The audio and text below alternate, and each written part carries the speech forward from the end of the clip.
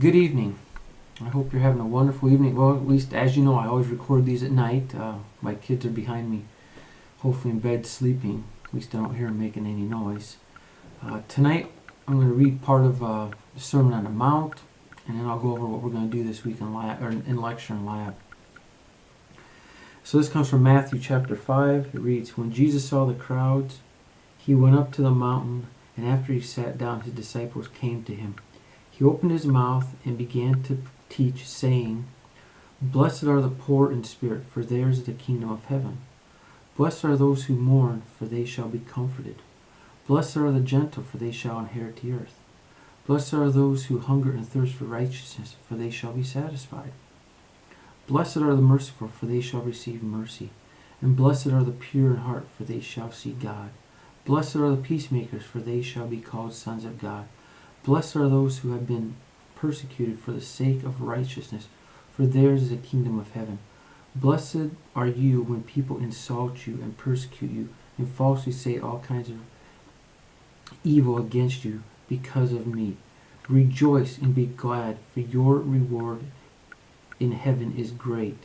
For in the same way they persecuted the prophets who were before you.'" So if you notice, the blessings that God gives, the reasons for the blessings are quite different than why you're blessed here on earth. And what this tells us is that when you are in Christ, you're so different and separated from the world's ways. And that's something I want you to think about and remember. Don't chase after worldly treasure and worldly righteousness and worldly blessings.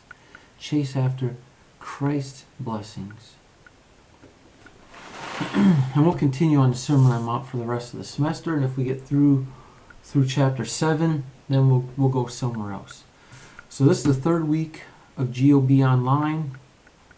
You'll be covering two chapters. Chapters 4, which has to deal with atoms and isotopes. So you'll hear lectures on the nucleus, and what's in the nucleus of the protons and neutrons, and what surrounds the nucleus are going to be the electrons. Chapter 6 is where we're going to be discussing ionic compounds and molecules. We skipped chapter 5, which is nuclear chemistry or nuclear science. And the reason I did that was I had a lot of other chapters I needed to cover. And so thus I skipped chapter 5. I tried to pick chapters that I think that would be useful and helpful for your future classes going forward.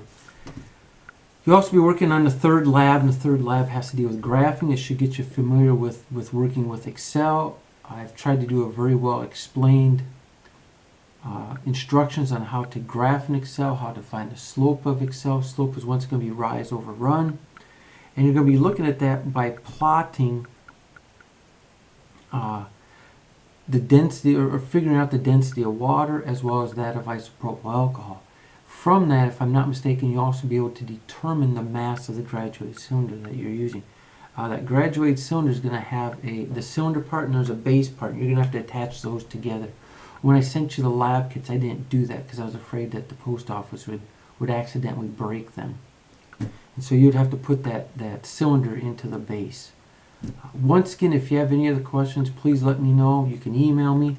I try to get back with you fairly quickly, but I don't live on email. I really don't. Another thing I want to mention about the lab kits was you're going to have to purchase the isopropyl alcohol or use it yourself. Isopropyl alcohol is used for fingernail polish removing. It's a great, it kills a lot of germs. Don't drink it. Stuff's terrible, but it's used a lot of times for antiseptic.